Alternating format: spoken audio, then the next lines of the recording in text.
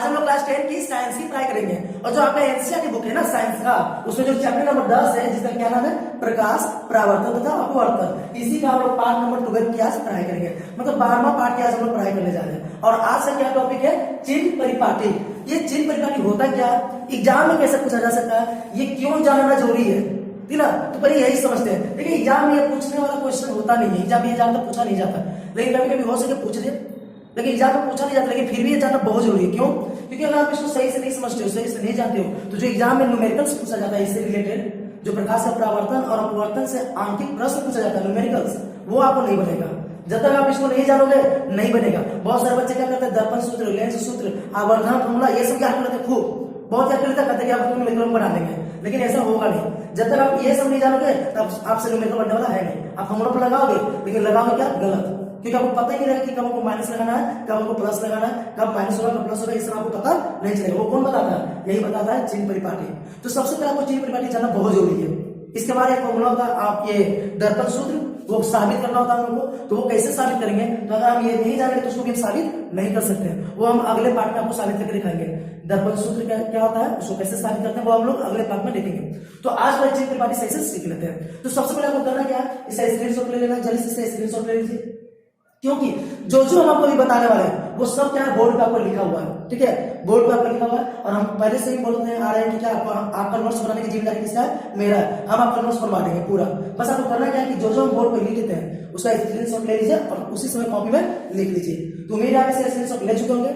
अब चलिए हम इसको समझ लेते हैं। तो चिन्ह परिपाटी समझने से पहले आपको एक चीज समझना होगा, वो क्या है, निर्देशांक ज्यामिति।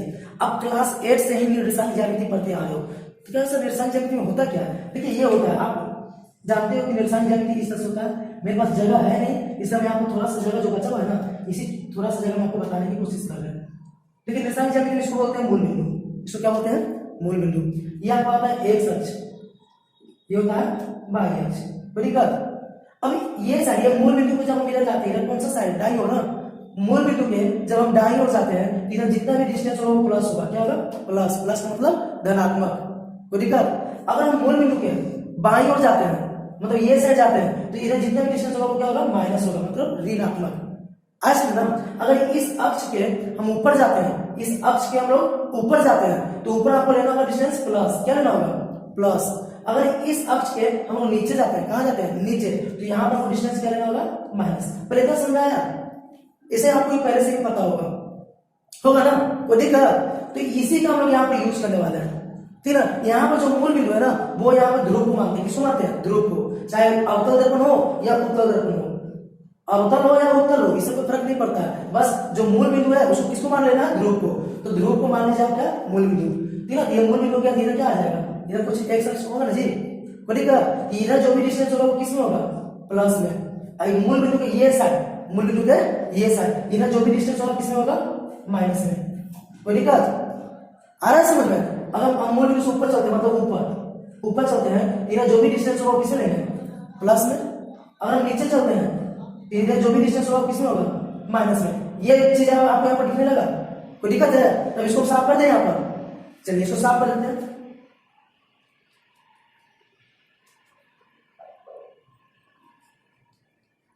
चलिए साफ हो गया, कोई दिक्कत। अब आपको समझ में आ गया कि ध्रुव के जब हम लोग इधर जाते हैं, इधर मतलब दाहिने ओर, दाहिने ओर जाएंगे तो जितना भी डिस्टेंस आएगा वो क्या होगा, प्लस होगा, ठीक है। अब ध्रुव के हम लोग जब बाईं ओर जाते हैं, इधर जितना भी डिस्टेंस होगा वो क्या होगा, माइनस होगा, ठीक है। ध्रुव से मतलब ये जो अक्ष है इसको बोलते हैं मुख्य अक्ष। हम पहले के पार्ट में आपको बता चुके हैं, इसको मुख्य अक्ष या प्रधान अक्ष बोलते हैं। क्या बोलते हैं, मुख्य अक्ष या प्रधान अक्ष। तो प्रधान अक्ष के अगर आप ऊपर जाते हो, प्रधान अक्ष के ऊपर जाते हो तो आपको लेना डिस्टेंस प्लस में, अगर प्रधान अक्ष के आप नीचे जाते हो तो डिस्टेंस क्या लेना है, माइनस में। यही बात इसमें भी होगा, यही बात इसमें भी होगा।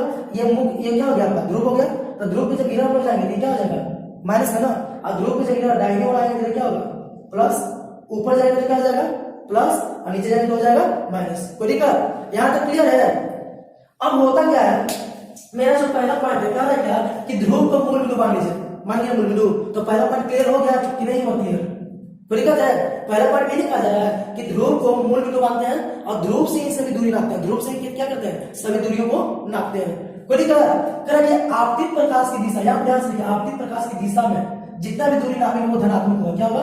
धनात्मक। ये ऑब्जेक्टिव में पूछा जा सकता है कि बताइए आपतित प्रकाश की दिशा में मापी गई दूरियां क्या होती है? धनात्मक होती है। अब समझ में तो नहीं आया? देखिए हम पहले के पार्ट में आपको बता चुके हैं, ये जो किरण इस आ रहा है ना, इसको बोलते हैं आपतित किरण। क्या बोलते हैं? आपतित किरण। इसका दिशा किधर है? इधर है जी। तो ये साइड जितना भी डिस्टेंस नापेंगे वो क्या होगा? धनात्मक होगा।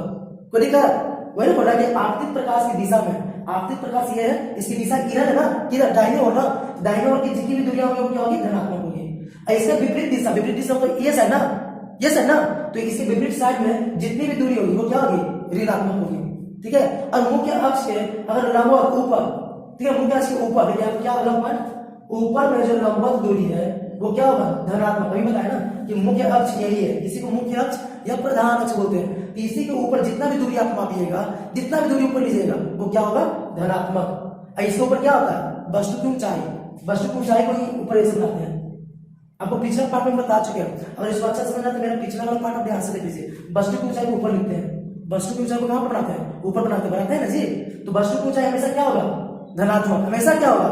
धनात्मक। अब प्रतिबिंब जो होता है कभी ऊपर ही बनता है कभी नीचे ही बनता है। तो जब प्रतिबिंब ऊपर बनेगा तो सीधा बनेगा, तो आपको धनात्मक लेके चलना है, और जब प्रतिबिंब उल्टा बनेगा तो ऋणात्मक। यहां तक क्लियर हुआ? तो यही तो बात हो रहा है कि मुख्य अक्ष के जब नीचे वो दूरी नापेंगे, ये मुख्य अक्ष है, इसके जब नीचे की दूरी लेंगे तो नीचे की जितनी भी दूरियां हैं वो क्या होगी? ऋणात्मक होगी। और नीचे क्या दूरी होता है? तो प्रतिबिंब की ऊंचाई होता है। आए समझ में? तो चिन्ह परिपाटी आपको इतना ही है। अब इससे हम लोग क्या क्या निष्कर्ष निकाले, क्या क्या निष्कर्ष निकाले, यही पर लिखिए तो यही पर निष्कर्ष दिख जाएगा। पहला निष्कर्ष ये निकाले कि सर ये जो ध्रुव है, ठीक है, मतलब अवतल दर्पण, सॉरी अवतल दर्पण में जो भी फोकस दूरी होता है, इसी को बोलते हैं फोकस दूरी ना, इसको बोलते हैं फोकस दूरी, इसको बोलते हैं वक्रता त्रिज्या। बोलते नहीं बोलते इसको? वक्रता त्रिज्या बोलते हैं जी। पहले के वीडियो में आपको बता चुके हैं। तो अवतल दर्पण की फोकस दूरी और वक्रता त्रिज्या क्या होगा? धनात्मक की ऋणात्मक? ऋणात्मक। माइनस का मतलब ऋणात्मक। क्लियर? क्योंकि इधर न गया जी, किधर? बाएं ओर न गया, तो बाएं ओर क्या था? ऋणात्मक। तो पहला पॉइंट क्लियर हुआ, समझाया कि अवतल दर्पण की फोकस दूरी और वक्रता त्रिज्या क्या होता है? ऋणात्मक होता है। ये यहाँ पर पॉइंट नंबर 2 में लिखे हैं। समझ आ गया? अवतल दर्पण की फोकस दूरी और वक्रता त्रिज्या क्या होता है? ऋणात्मक होता है। उसी तरह उत्तल दर्पण देखिए, उत्तल दर्पण फोकस दूरी इधर है ना जी, अब वक्रता त्रिज्या किधर है? इधर है ना, तो ऋणात्मक होगा कि धनात्मक होगा? धनात्मक होगा। आगे समझना। तो उत्तल दर्पण में जितना भी फोकस दूरी आपको लेना है, जितना भी वक्रता त्रिज्या लेना है, वो क्या लेना है? धनात्मक लेना है। आए समझना? बस ये फिगर को माइंड में रखिएगा, ये सब कुछ माइंड में रखने की जरूरत आपको नहीं है। आए समझना? ये सब कुछ भी आप दिमाग में मत रखिएगा, दिमाग से उड़ा लीजिए, बस आप फिगर को ध्यान रखिए। फिगर से ये सब चीज हो रहा है। अवतल दर्पण की फोकस दूरी और वक्रता त्रिज्या ये साइड है तो धनात्मक, उत्तल दर्पण की फोकस दूरी वक्रता त्रिज्या किधर है? दाहिनी ओर है ना, तो क्या होगा? धनात्मक होगा। वो ऋणात्मक, ये धनात्मक। इतना आगे समझना। वस्तु दूरी हमेशा इधर ही होता है, चाहे अवतल दर्पण हो चाहे उत्तल दर्पण हो, वस्तु हमेशा हम इधर ही रखते हैं। कहां रखते हैं? इधर ही रखते हैं। देखिए अवतल में भी वस्तु इधर रखे, उत्तल में भी वस्तु इधर रखे, तो वस्तु दूरी हमेशा क्या होगा? धनात्मक। चाहे कोई भी दर्पण हो, वस्तु दूरी क्या होगा? धनात्मक। ध्यान से सुनिए, इस सवाल में कुछ आपसे पूछेंगे, आपको जवाब देना होगा। ठीक है? वस्तु दूरी क्या होगा? धनात्मक होगा, चाहे कोई भी दर्पण हो, अवतल हो या उत्तल हो। आगे समझ में? क्यों सर दर्पण धनात्मक होगा? तो सर क्योंकि वस्तु जो होता है हमेशा दर्पण के सामने रखा जाता है, दर्पण के पीछे रखा जाता है। क्या दर्पण के पीछे रखेंगे तो प्रतिबिंब बनेगा नहीं ना, तो दर्पण के जब सामने रखेंगे तो किरण आ जाएगा बाई हो ना, अब बाई हो सबका होता है ऋणात्मक। आगे समझ में? कि पॉइंट नंबर 1 भी क्लियर हो गया, 3 भी क्लियर हो गया। उत्तल दर्पण फोकस दूरी और वक्रता त्रिज्या क्या होता है? धनात्मक होता है। आया समझ में? कोई दिक्कत? आप मेन पॉइंट के साथ पार्ट नहीं कर सकते, वस्तु दूरी को यूं से लिखते हैं, ये क्या होता है? ऋणात्मक होता है दोनों के लिए, वरना फिर हम ऐसे कर सकते हैं कि अवतल दर्पण की जो फोकस दूरी होता है जिसको छोटी लिखते हैं, अब वक्रता त्रिज्या जिसको कैपिटल आर लिखते हैं, वो क्या होता है? ऋणात्मक। नहीं, उसी प्रकार से उत्तल दर्पण में जो फोकस दूरी हुआ छोटी है, वक्रता त्रिज्या जो हुआ जिसको आर लिखते हैं, वो क्या होता है? धनात्मक। कोई दिक्कत नहीं। अब हम सब जानते हैं, पहले के पार्ट में आपको पढ़ा चुके हैं, पहले के पार्ट में बहुत समय हो चुका है, पहले वाला वीडियो देख लीजिए। पहले के पार्ट में हम आपको बताते हैं कि अवतल दर्पण में क्या होता है ना, प्रतिबिंब जो है कभी सीधा भी बनता है कभी उल्टा भी बनता है। बताइए नहीं बताया? अवतल दर्पण में जो प्रतिबिंब होता है ये भी बताया कि कभी दर्पण के सामने भी बनता है और दर्पण के पीछे भी बनता है। ध्यान से सुनिए, अवतल दर्पण में प्रतिबिंब दर्पण के सामने भी बनता है और दर्पण के पीछे, आइए पीछे भी बनता है। अंतर में भी आप लिख सकते हो, अवतल दर्पण प्रतिबिंब दर्पण के सामने भी बनता है और दर्पण के पीछे। तो जब प्रतिबिंब दर्पण के सामने बनेगा, दर्पण के सामने बनेगा, तो प्रतिबिंब दूरी जिसको भी लिखते हैं, प्रतिबिंब दूरी को क्या लिखते हैं हम लोग? भी। प्रतिबिंब दूरी को क्या लिखते हैं? भी। तो जब प्रतिबिंब दर्पण के बाईं मतलब ये साइड ना, यानी दर्पण के सामने रहेगा, तो वो क्या होगा? ऋणात्मक होगा। क्लियर हुआ? आया समझ ना। जब प्रतिबिंब किधर होगा, दर्पण के सामने होगा यानी बाईं ओर होगा, तो आपको बोलना है कि वो ऋणात्मक होगा, माइनस में होगा। आ गया समझ में। और जब प्रतिबिंब दर्पण के दाईं ओर होगा, दाईं ओर करने में तो क्या, दर्पण के पीछे, तो क्या हो जाएगा, धनात्मक होगा। प्रतिबिंब दूरी क्या हो जाएगा, धनात्मक होगा। आया समझ ना। दर्पण के जब पीछे प्रतिबिंब बनेगा तो वो धनात्मक होगा। अब उत्तल दर्पण की बात करते हैं। उत्तल दर्पण में हमेशा जो प्रतिबिंब होता है वो कहां बनता है, दर्पण के पीछे। उत्तल दर्पण में हमेशा प्रतिबिंब कहां बनता है, दर्पण के पीछे। ये लिखा हुआ है, उत्तल दर्पण में प्रतिबिंब हमेशा दर्पण के पीछे बनता है। इसलिए कि बहुत सारा ऑब्जेक्टिव आपको क्लियर हो रहा है, बहुत सारा ऑब्जेक्टिव आपको पूछा जा सकता है इस एग्जाम में। किस दर्पण में प्रतिबिंब है जो हमेशा दर्पण के पीछे बनता है, किस दर्पण में, तो उत्तल दर्पण में। ऐसे समतल दर्पण में भी बनता है, ठीक है, समतल दर्पण में भी आप याद रखोगे। तो उत्तल दर्पण में भी याद रखेंगे। तो उत्तल दर्पण में प्रतिबिंब हमेशा कहां बनता है, दर्पण के पीछे। कहने मतलब बाईं ओर की दाईं ओर, दाईं ओर, दाईं ओर ना। तो दाईं ओर जो भी दूरी हो क्या होता है, प्लस, प्लस मतलब धनात्मक, ये धनात्मक हो जाएगा प्रतिबिंब दूरी। क्लियर हुआ। अब जो वस्तु की ऊंचाई, हम बोले कि वस्तु की ऊंचाई चाहे अवतल हो चाहे उत्तल हो, वस्तु तो हमेशा ऊपर रखते हैं ना जी, तो ऊपर रखेंगे तो वस्तु की ऊंचाई धनात्मक होगा कि ऋणात्मक, धनात्मक। वस्तु की ऊंचाई क्या होगा, धनात्मक होगा। कोई दिक्कत। अब अभी बात बताया कि अवतल दर्पण में प्रतिबिंब जो है कभी पीछे बनता है कभी आगे भी, ठीक है ना। जब प्रतिबिंब दर्पण के पीछे बनता है ना तो सीधा बनता है, दर्पण पीछे बने तो सीधा बनता है। और जब प्रतिबिंब दर्पण के आगे बनता है, सामने बनता है, तो उल्टा बनता है। जब अवतल दर्पण में प्रतिबिंब उल्टा बनेगा तो धनात्मक होगा कि ऋणात्मक, ऋणात्मक। क्यों, क्योंकि सर नीचे बन रहा है सर, तो ऋणात्मक होगा। ऐसा समझना। जब प्रतिबिंब अवतल दर्पण में क्या उल्टा बनेगा, उल्टा मतलब नीचे बनेगा, तो क्या हो जाएगा, ऋणात्मक। नीचे वाले क्या बोलते हैं, माइनस बोलते हैं ना। और जब प्रतिबिंब अवतल दर्पण में क्या बनेगा, सीधा बनेगा, सीधा मतलब दर्पण के पीछे, तो क्या होगा, सीधा बनेगा, दर्पण के पीछे बनेगा तो क्या होगा, तो धनात्मक हो जाएगा। ऐसा गलती से यहाँ पर लिखा गया, देखिए क्या लिखा है कि सीधा रहेगा तो हम लिख दिया ऋणात्मक। अब हम आपको क्या बता रहे हैं, सीधा रहेगा तो ऋणात्मक होगा कि धनात्मक होगा, आप बताइए। सीधा रहेगा तो ऋणात्मक होगा, धनात्मक होगा। यहाँ पर लिखा भी हुआ है कि जब आपका प्रतिबिंब सीधा होगा, देखिए लिखा है जब प्रतिबिंब सीधा होगा तो धनात्मक होगा। हम यहाँ पर क्या लिखे हैं, ऋणात्मक। ट्रिक ये लिख रहे थे, तो ट्रिक में थोड़ा सा गलती कर चुके हैं। आप भी यहाँ पर क्या करोगे, गलती नहीं करना, सुधार लेना, ठीक ना। जब सीधा रहेगा तो क्या हो जाएगा, धनात्मक मतलब प्लस। और जब उल्टा रहेगा तो मतलब ऋणात्मक मतलब माइनस। आगे समझना। यहाँ वही लिखा हुआ है, जब प्रतिबिंब सीधा बनेगा, जब प्रतिबिंब सीधा बनेगा तो आपको करना क्या है, धनात्मक कर देना। और जब प्रतिबिंब जो है उल्टा बनेगा तो आपको करना क्या है, ऋणात्मक। अब इस तरह के बहुत सारे ऑब्जेक्टिव आपसे क्वेश्चन बताते जाइए। बताइए, ये पहले के वीडियो में बता चुके हैं कि जहां पर सीधा रहेगा वो अपने साथ आभासी रखता है। बता ना कि सीधा का जो है कौन है, आभासी। सीधा जब भी रहेगा, जहां पर भी रहेगा तो आभासी रहेगा। यानी आभासी प्रतिबिंब बनेगा तो आभासी प्रतिबिंब कैसे पता चला कि आभासी है कि वास्तविक है, तो उसका आंसर देखेंगे क्या, प्रतिबिंब की ऊंचाई में। अगर प्रतिबिंब की ऊंचाई आपको प्लस में आता है, प्रतिबिंब की ऊंचाई प्लस में आता है, तो क्या बोलेगा, प्रतिबिंब क्या है, सीधा है और आभासी है। बोलेगा अगर प्रतिबिंब की ऊंचाई माइनस में आता है तब क्या बोलेगा, प्रतिबिंब जो है उल्टा है और वास्तविक है। क्लियर हुआ। आया समझ ना। तो इससे यह भी चीज पता चला कि सीधा प्रतिबिंब और आभासी प्रतिबिंब कहां पर बनता है, दर्पण के पीछे नहीं, दर्पण के कहां बनता है, पीछे। देखिए ट्रिक काम आ गया यहाँ पर। तो अगर मान लीजिए प्रतिबिंब की ऊंचाई प्लस में आ गया तो सीधा हो गया, आभासी हो गया। और कहां बन रहा होगा, सोचिए जरा, दर्पण के पीछे बन रहा होगा। आया समझ ना। अगर माइनस में आ गया, माइनस में उल्टा, तो उल्टा प्रतिबिंब तो हमेशा क्या होता है, दर्पण के सामने बनता है ना। तो ये कहां बनेगा, दर्पण के कहां सामने। ये भी ट्रिक आपको मिल गया, ठीक है। तो ये समझ क्या सीखे, यही सीखे कि उत्तल दर्पण में हमेशा प्रतिबिंब की दूरी होगा वो क्या होगा, धनात्मक होगा, क्योंकि प्रतिबिंब अंदर ही बनेगा, है ना। अब प्रतिबिंब की ऊंचाई भी क्या होगा, धनात्मक होगा, क्योंकि उत्तल दर्पण में हमेशा प्रतिबिंब कैसा बनता है, सीधा। और अवतल दर्पण प्रतिबिंब क्या होगा, तो कभी धनात्मक भी होगा कभी ऋणात्मक। कब होगा धनात्मक, जब सीधा होगा तो धनात्मक, जब उल्टा होगा तो ऋणात्मक। ठीक है।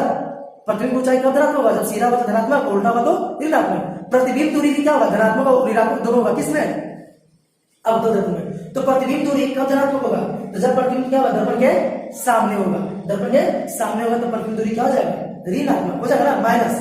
और जब प्रतिबिंब दूरी का प्रतिबिंब कहां पर बन रहा है, दर्पण के पीछे बन रहा है, तो प्रतिबिंब दूरी क्या हो जाएगा, धनात्मक। तो समझा गया। अवतल दर्पण की फोकस दूरी वक्रता त्रिज्या क्या होगा, हमेशा ऋणात्मक होगा, माइनस में ही लिखना है। और उत्तल दर्पण की जो फोकस दूरी वक्रता त्रिज्या होगा वो क्या होगा, हमेशा धनात्मक होगा। और जो वस्तु दूरी होगा, चाहे अवतल हो चाहे उत्तल हो, हमेशा क्या होगा, माइनस में ही आपको लिखना है। कोई दिक्कत तो कहीं जाइए मत, बस इसको साफ में एक दो पॉइंट आपको क्लियर करते हैं, ठीक है, कुछ क्वेश्चन पूछ करके, तब आप जान जाओगे कि कैसे आपको न्यूमेरिकल बनाना है। कोई दिक्कत, न्यूमेरिकल को कैसे बनाएंगे वो हम आपको बताएंगे। ऐसे न्यूमेरिकल बनाने का वीडियो भी हम आपको बताएंगे। इसके बाद हम न्यूमेरिकल कैसे बनाते हैं ना, उसका वीडियो भी हम बताएंगे, लेकिन इसके बाद बताएंगे, ठीक है। तो अभी पहले हम थोड़ा सा आपको हिंट्स दे देते हैं, चलिए साफ करते हैं। बच रहा है ना।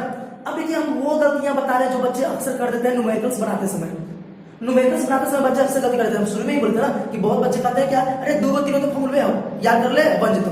एक होता है ना कि दर्पण सूत्र है, लेंस सूत्र है, आवर्धन है, ये है, उसको याद कर लो अब बन जाएगा। लेकिन क्या बोलते हैं कि वो सब अगर आप चेन परिपाटी के बिना उसको बनाना शुरू करेंगे तो वो गलत हो जाएगा। कैसे? तो देखिए, जैसे एक क्वेश्चन है कि मान लीजिए कह रहा है अवतल दर्पण है। अब क्या अवतल दर्पण मतलब क्या करा, अवतल दर्पण। अब क्या अवतल दर्पण की फोकस दूरी 15 सेंटीमीटर, क्या कर दिया, फोकस दूरी 15 सेंटीमीटर। ठीक है, तो बताइए फोकस दूरी 15 सेंटीमीटर, तो आप इसको लिखोगे कैसे? जब आप इसको न्यूमेरिकल बनाना है तो कैसे लिखोगे? तो न्यूमेरिकल बनाने से हमको क्या करना था ना, फोकस दूरी को संकेत में लिखना था। फोकस दूरी क्या कहते हैं, छोटी है। हम पहले भी आपको बता चुके हैं, पहले के वीडियो में बता चुके हैं फोकस दूरी क्या कहते हैं, छोटी है। तो छोटी है क्या लिखिए, 15 सेंटीमीटर हो गया। आपको ध्यान दीजिए, हम यहाँ पर बताए थे ना अब यहीं पर बनाए थे ना, अभी था ना बोर्ड में यहाँ पर। तो अब तक फोकस दूरी किधर था, इधर था। अब क्या बताया था, इधर जितना भी रहेगा क्या होगा, प्लस हो कि माइनस, माइनस। यहाँ पर माइनस देना मत भूलना। बच्चे लोग यही करते हैं, आप माइनस नहीं देते हैं और शौक से बनाते हैं, और शौक से बनाते हुए लास्ट में जाकर कहते हैं ले गलत हो गया, आंसर भी नहीं मिल रहा। तो कैसे मिलेगा आंसर? आप शुरू में गलती कर दिया ना जी, तो ऐसे मिलेगा क्या, नहीं मिलेगा। आ रहा समझ ना? ऐसा बोल दिया कि कोई उत्तल दर्पण है, चलिए आपको बोल दिया कि उत्तल दर्पण है और जिसमें बोल दिया कि फोकस दूरी 15 सेंटीमीटर है, तो उत्तल दर्पण फोकस दूरी को क्या लिखेंगे, प्लस में लिखेंगे। क्या आपको बता दिया है, उत्तल दर्पण की जो भी फोकस दूरी होता है या वक्रता त्रिज्या होता है क्या होता है, प्लस होता है। बोलिएगा अब मैं बोलिए कि वस्तु दूरी जो है 20 सेंटीमीटर है, चाहे कोई भी दर्पण है, अवतल है चाहे उत्तल है, आपको मतलब ना है। पहले ही बता दिए थे कि अवतल है चाहे उत्तल है, वस्तु दूरी हमेशा क्या होता है, माइनस में होता है। तो अवतल है चाहे उत्तल है, वस्तु दूरी हमेशा माइनस। तो बोल दिया कि वस्तु दूरी जो है 30 सेंटीमीटर है, वस्तु दूरी जो है 30 सेंटीमीटर। वस्तु दूरी लिखते हैं यू से, वस्तु दूरी को क्या लिखते हैं, यू से। आइए क्या लिखेगा, ऐसे 30 सेंटीमीटर लिख लीजिएगा, अब खुश हो जाइएगा लिख के। चलो हम तो कमाल कर दिया। नहीं, यहाँ पर क्या होगा, वस्तु दूरी हमेशा क्या होता है, माइनस में होता है। आपको माइनस लिखना ही पड़ेगा। जो आपको पॉइंट बताया वो यहाँ पर एक तरह से समझिए तो रिवीजन करवा रहे हैं। अरे समझना, ध्यान से सुनिए, रिवीजन ही करवा रहे हैं आपको। बड़ी कर तो वस्तु दूरी हमेशा क्या होता है, माइनस होता है, चाहे दर्पण कोई भी अवतल है चाहे उत्तल है। बड़ी कर अब उम्मीद है कि आपको समझ में आ गया होगा कि कब हमको माइनस लगाना है, कब प्लस लगाना है। नहीं, कल क्या कहेगा कि कोई अवतल दर्पण है, ठीक है, अवतल दर्पण है जिसमें जो प्रतिबिंब है दर्पण के सामने 20 सेंटीमीटर पर बनना है। ध्यान सुनिए, अवतल दर्पण के सामने, अवतल दर्पण के सामने 20 सेंटीमीटर की दूरी पर प्रतिबिंब बन रहा है। मतलब अवतल दर्पण के सामने बन रहा है जी, इसके सामने बन रहा है ना, 20 सेंटीमीटर की दूरी पर प्रतिबिंब, 20 सेंटीमीटर की दूरी पर प्रतिबिंब ना। तो प्रतिबिंब दूरी को लिखते हैं भी से, किससे लिखते हैं, भी से। प्रतिबिंब दूरी को किससे लिखते हैं, भी से। तो भी क्या लिखेंगे, 20 सेंटीमीटर। नहीं, पहले सोचेंगे, अरे दर्पण है अवतल और इसके सामने बन रहा है, तो सामने बन रहा मतलब ये साइड ना, बाईं ओर की दाईं ओर, बाईं ओर। तो बाईं ओर में कोई भी दूरी क्या होता है, माइनस होता है। यहाँ पे क्या लिखेंगे, माइनस। आ गया समझ में? कोई दिक्कत? अब अवतल दर्पण के पीछे बन रहा है, कर दिया कि अवतल दर्पण के पीछे बन रहा है, तो पीछे बन रहा है तो अवतल दर्पण के पीछे मतलब इधर दाईं ओर जी। तो दाईं ओर कोई भी दूरी क्या होता है, प्लस होता है ना। तो इसको क्या कर देंगे, प्लस। अगर आप ये सब सही से लिखोगे तभी आपका मैथ बनेगा, नहीं तो नहीं बनेगा। जो फॉर्मूला था ना 1/b + 1/a बराबर 1/f या 1/b - 1/u बराबर 1/f, ये सब जो भी फॉर्मूला था, a बराबर - b/u भी होता है, a बराबर + b/u, ये सब जो होता है फॉर्मूला, ये सब आप सही से ये सब माइनस प्लस लगाओगे तभी सही आंसर आएगा। अगर आप ये सब सही से नहीं लगाते हो तो आपका आंसर सही आ पाएगा, नहीं आएगा। चलिए अब हम समझ गए कि आप बना लोगे मैथ, ठीक है। अब हमको उम्मीद है कि आप मैथ बना लोगे। अब मैथ बनाने के बाद बच्चे कहाँ गलती करते हैं वो हम आपको बताएंगे। ये तो बनाने से पहले गलती कर देते हैं, शुरू में ही बच्चे गलती कर देते हैं, वही हम आपको बता दिए। अब बनाने के बाद बच्चे कहाँ पर फंसे हैं वो बताते हैं। मान लीजिए आप बना रहे हैं न्यूमेरिकल इसका, अब बनाते बनाते आपको भी कमाना है +20, भी कमाना है +20। अब क्वेश्चन में पूछा है कि बताइए प्रतिबिंब जो है वो दर्पण के आगे बनेगा कि दर्पण के पीछे बनेगा। तो आप ध्यान से देखिए, भी जो है प्लस है तो प्लस किधर होता है, दर्पण के आगे कि दर्पण के पीछे, किधर होता है, दर्पण के पीछे। तो ये कहां पर बनेगा, प्रतिबिंब दर्पण के पीछे। आगे समझ रहे हैं? अच्छा, भी का मान आ गया यहाँ पर माइनस है, भी का मान आ गया माइनस है। अब बोले बताइए कौन सा दर्पण है, कौन सा दर्पण है, तो भी का मान माइनस है, प्रतिबिंब की दूरी जो है माइनस में है, तो प्रतिबिंब दूरी माइनस में किसमें होता है, अवतल में होता है। उत्तल तो हमेशा प्लस में होता है, पहले बताया ना, उत्तल दर्पण में हमेशा क्या होता है, प्लस में होता है, ठीक है। अब माइनस आ गया तो माइनस किसमें होता है, अवतल में। अवतल में क्योंकि माइनस भी होता है और प्लस भी होता है, तो माइनस में क्या होगा, अवतल दर्पण। तो इससे आप दर्पण की पहचान भी कर लोगे कि नहीं कर लोगे, ये क्वेश्चन पूछा जाता है इस तरह से, और बच्चे क्या करते बना भी लेते हैं, लेकिन लास्ट हमको समझ में नहीं आता कि हम अवतल लिखे कि उत्तल लिखे, दर्पण के आगे लिखे कि दर्पण के पीछे लिखे। आ रहा है समझ में? कोई दिक्कत? अच्छा देखिए, मान लीजिए हम कोई न्यूमेरिकल सॉल्व किया है, तो न्यूमेरिकल सॉल्व करने के बाद हम प्रतिबिंब पूछा कि एच डैश लिखते हैं, प्रतिबिंब पूछा तो क्या लिखते हैं, एच डैश। अब एच डैश जो आया वो -15 सेंटीमीटर है, कितना है, -15 सेंटीमीटर। अब आप बताइए कि जो प्रतिबिंब है वो सीधा बन रहा है उल्टा, माइनस का मतलब क्या, अब ध्यान दीजिए इस माइनस में, माइनस का मतलब क्या हुआ, माइनस का मतलब नीचे और नीचे मतलब उल्टा, ठीक है। और उल्टा का मतलब क्या, उल्टा अपने साथ किसको रखता है जी, बोले तो अपना उल्टा क्या को याद है ना, वो जुआ भाई है, कौन है वो, वास्तविक, ठीक है। वो क्या वास्तविक, कैसा प्रतिबिंब बन रहा है जी, वास्तविक बन रहा है। आया समझना। अब इससे भी एक ट्रिक और मिला, तो वास्तविक प्रतिबिंब बनेगा तो बताइए तो जरा, दर्पण के पीछे बनेगा कि दर्पण के आगे बनेगा? वास्तविक प्रतिबिंब कहां पर बनता है? दर्पण के आगे। इसीलिए एक चीज और मिलेगी आपको कि दर्पण के आगे बनेगा। अब इसे एक ट्रिक कि बताइए जरा, ये अवतल दर्पण है कि उत्तल दर्पण है? अरे तो आगे किसमें बनता है? अवतल में कि उत्तल में? अवतल में जी, अवतल में आगे भी बनता है और पीछे भी बनता है, लेकिन उत्तल में हमेशा पीछे। ये कौन सा दर्पण है? ये अवतल दर्पण है। देख रहे हैं ये वो माइनस जो है ना, एक साथ कितना रख रहे हैं, ये वो माइनस एक छोटा सा लाइन है और एक साथ कितना आंसर रखे हुए हैं, इतना सारा आंसर रखे हुए हैं। आया समझ ना। तो इस बार मामूली चीज नहीं मानी है, ये जो माइनस या प्लस है इसको कोई छोटा मोटा चीज नहीं मानी है। अगर आप इस माइनस और प्लस को पकड़ लेते हो सही से, तो आप बहुत अच्छा से इसके न्यूमेरिकल को पकड़ लोगे। ऐसे न्यूमेरिकल आपसे छूटेगा, इसका भूत भी भागेगा आपको देखकर। आया समझ में ना? आया कि नहीं आया? कोई दिक्कत? तो माइनस प्लस सब पकड़ में आ गया आपको, अब समझ जाओगे, कोई दिक्कत है? कोई दिक्कत नहीं। अब इसका अंकित प्रश्न कैसे बना लोगे? ठीक है, आपने ऐसे बना लेना। ऐसे तो इसका वीडियो बनाएंगे, इसका हम वीडियो बनाने वाले हैं, इसका 4-5 क्वेश्चन आपको सॉल्व करके भी हम दिखाएंगे। ठीक है ना? वो वीडियो का भी इंतजार कीजिए, थोड़ा सा उसमें अभी लेट लगेगा, लेकिन हम अगले पार्ट में हम क्या पढ़ाएंगे आपको? दर्पण सूत्र। दर्पण सूत्र पढ़ाएंगे, उसको हम साबित करके भी दिखाएंगे। तो ये बात ये सब बोलेंगे कि ये बहुत खास एग्जाम के बीच में कि ना, अगर आप इसको नहीं जानोगे तो एग्जाम में जो न्यूमेरिकल वो नहीं बनेगा। ये नहीं कि एग्जाम में पूछेगा चीज प्रॉपर्टी क्या है, वो बहुत कम पूछा जाएगा, वो नहीं पूछा जाएगा। लेकिन नहीं जानोगे तो आपसे न्यूमेरिकल नहीं बनेगा, आंतरिक प्रश्न नहीं बनेगा। अगर आप जान गए तो इसका बाप बन जाइएगा। ठीक है, तो मिलते हैं अगले वीडियो में, क्या लेकर? दर्पण सूत्र और उसका प्रूफ लेकर, और उसके बाद भी यही लेकर आएंगे आंतरिक प्रश्न कैसे बनाते हैं वो लेकर आएंगे। तो आज इतना ही रखते हैं।